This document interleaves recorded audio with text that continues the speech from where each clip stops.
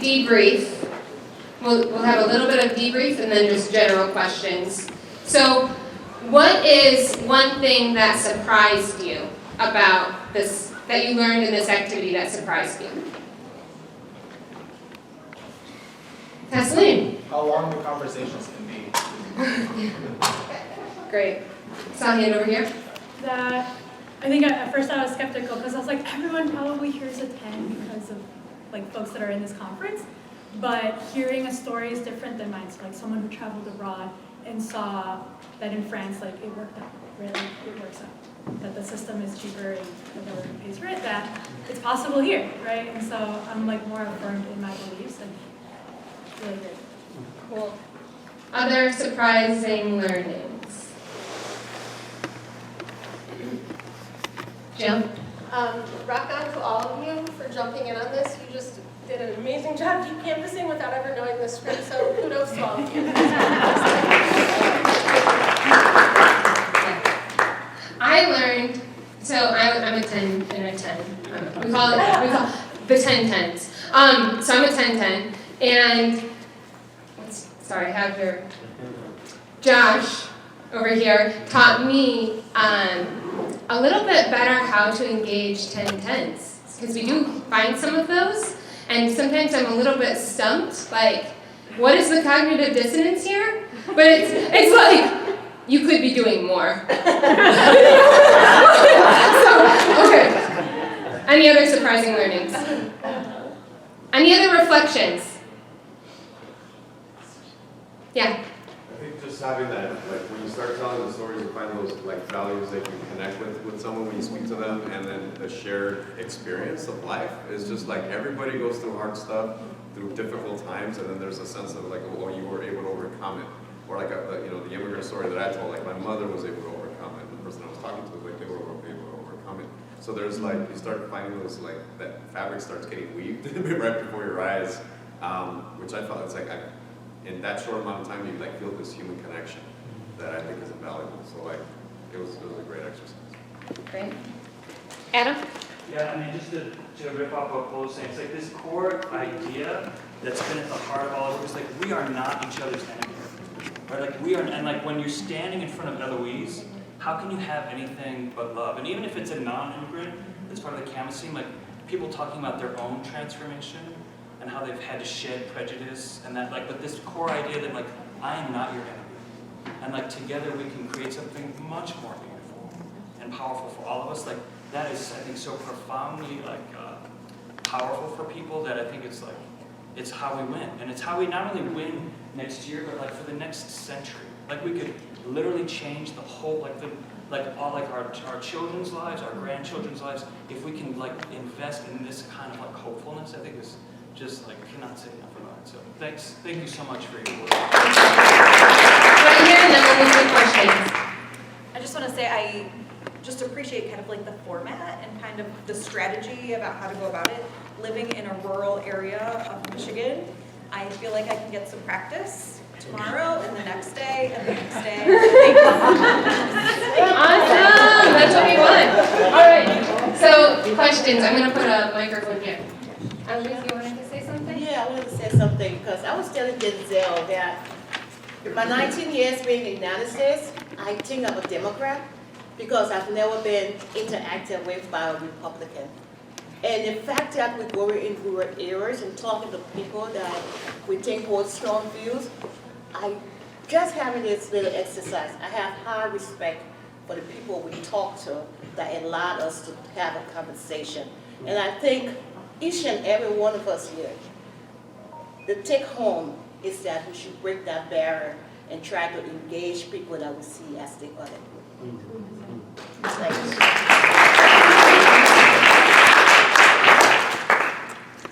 Do you usually go in pairs when you go canvassing? And I'm also from rural Nebraska, so that's a good idea. But also, do you think about like pairing like an immigrant with a Caucasian person just to kind of balance it off?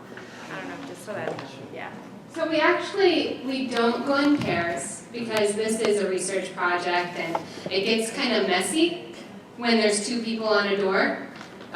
it gets messed up. Like people interject, and the canvasser was doing something, and the other canvasser didn't respect it. You know, so we go alone right now because it's a research project, but we'll at least go like 2 people on a street once it's not a research project. Like we want to be able to do this, like knock every voter, not just the ones who responded to the pre-survey. You know, and so yeah, and the biggest rule is safety. So if somebody feels unsafe, just don't violate that, right? Do what you need to stay safe. Other questions? Yes. Me? You. In the pink hair. So my question is more like, how do you engage in this work in a meaningful way that, because even, I would imagine that sometimes you like go off script based on where people are taking the conversation.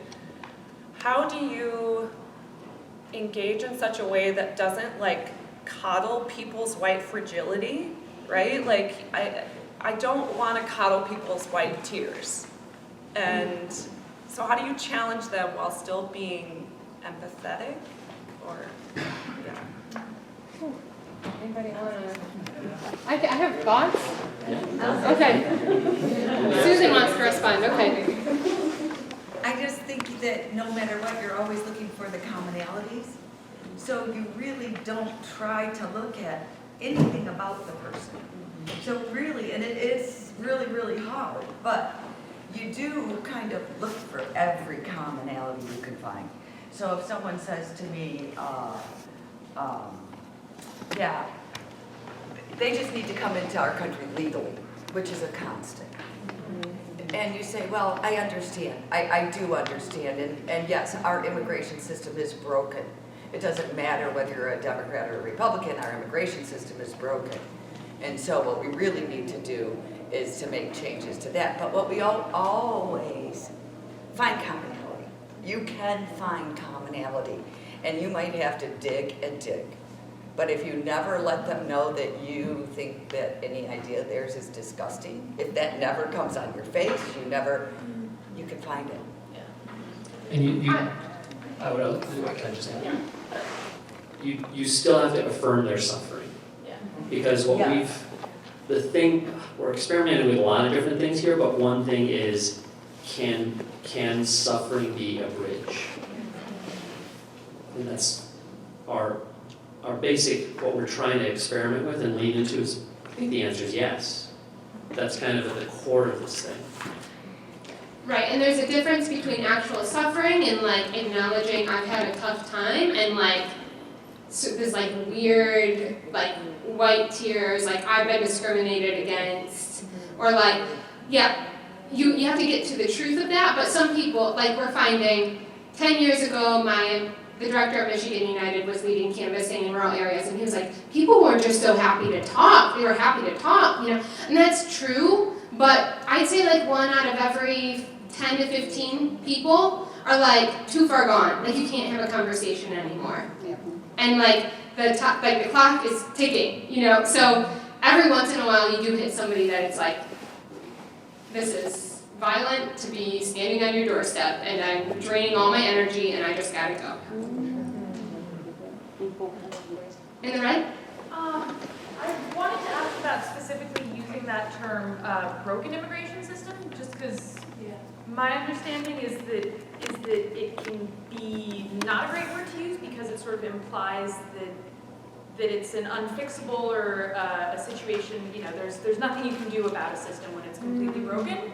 So I'm wondering if you guys have put thought into why you use that word or not. Yeah, it's very helpful feedback, and we actually we put out this script. So we spent, as Caitlin said, a couple of months really iterating on this, and we had we shared it with a number of allies in the immigrants' rights movement, because we really want to say this over and over again. Like we want all the research that comes back. Which will probably be like mid-December or early next year, to be of service to the movement. And that's among the biggest pieces of feedback that we receive. There's still we chose to include it, and who knows, maybe in the next phase, we would use different language. Yeah. I'm gonna ask her first. So, I'm curious to think how you're thinking about, or if you're thinking about the way in which you want to scale this program in particular. I think, I find I'm not a canvasser, and that's not gonna be the work I'm doing, but I'm doing work where I feel like there's a lot of lessons here for me in how I'm messaging and how I'm talking. And so I'm wondering what the plans are, how you're thinking about moving some of this out of just the canvassing, but also to the conversations. Could we have training so that way we're practicing this in our everyday lives? Yeah, I love that question. Number of ways. So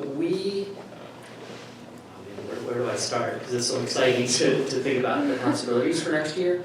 One is that, so as we share the learnings, one thing is, as we share the learnings, we want to certainly talk about the how, right? So the how of what we all went through is deeply important.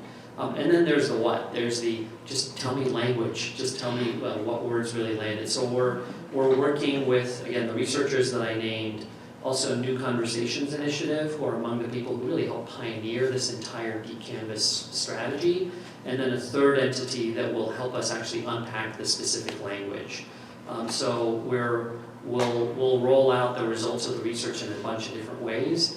And then as we think about next year, we really want to engage also as many volunteers as possible as well. Right now what we're doing is a lot of folks are paid, but what we've seen, not just in this experiment, but other Deep Canvas experiments that People's Action has run, is that when we're recruiting volunteers, people who do this kind of canvassing, they say, if that's canvassing, I'm coming back.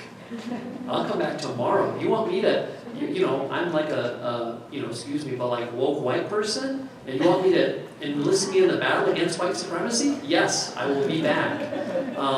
But then there are other folks who are like, those 2 to 3 minute transactional, which candidate do you like, goodbye? Like, that is like one-dimensional politics, and people are tired of doing that. And it certainly has a place right close to the election, but these deep, meaningful, emotional things that are about emotional connection, folks sign up for. I don't know if I answered your question, but I'd be happy to talk after we run. In the back? When y'all putting together the script, was it like an age demographic that you had in mind as you were putting it together? I think so I practiced on my dad, and then I practiced on my sister-in-law, who's 30. So I think it's like, I don't know, I think it was generally just imagining the communities that we were going into. So for this project, we're in northern Macomb County and St. Clair County, and just, imagining different people that I know who live in those areas and how they might respond. So I don't think there was a specific age.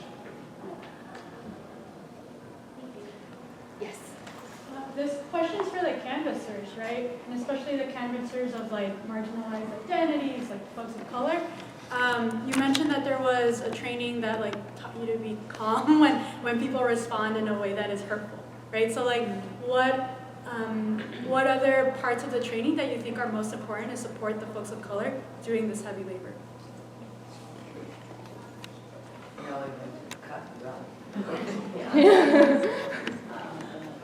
So, for me, one thing I've tried to build my own confidence level each and every day first before going out there, because chances are you meet people that will be very nasty to you. However, the confidence you come to the door with can calm them at times. And it has happened, I think it was last week, I was in rural area, real deep. And this guy came out with his gun on his side, wanting to make sure that I see it. And I just looked him in the eyes and spoke to him without fear what I was there for. And luckily, we had a short conversation about which. And I asked him a question, and he said what he had to say. And I like, thank you, sir, have a beautiful day. And I walk away. So I think that's one of it. Sometimes we're not prepared for what happens in the door, but mentally we are prepared. And like she said, safety comes first. There are places where going as a Black person, I feel that fear, but I have to have that confidence. In areas that I don't want to go to and I think that is not, safe for me, I just don't go there. And it's like a mantra sometimes, like that I'm pleading with some words, like, they have good hearts, I swear they have good hearts. Like they might say horrible things. And I think the conversations themselves, like once they get out on the doors a few times, people have expressed being surprised by that. But I want to, sorry. I was just going to say, at our initial training, we had the canvassers of color, that was national training caucus, to talk about how can we best support each other, what are the specific, for example, safety issues that folks will run into. It's 11:31. If there's one last question. All right. So when you encounter like the negativity, I know this is mostly, it seems like more like IDing people that you're going to be following up with down the line. Is that correct to assume? Or is this where you get them to like get out the vote? So I'm imagining for next year at least a 2-pass canvas where this is like moving them and IDing them to like organize, and then a second pass to get out the vote. Yeah. Yeah, and I think the second part of that is like, so if you encounter negativity, like you're never going to change the system. Like if that second touch is just like somebody that's tuned out, like, it's like, yeah, that's like, what do you do then, and how do you kind of try to follow up? Yeah, that's a great question. I'm excited to explore that. All right, thank you all. Thank you. Appreciate you, Thank you.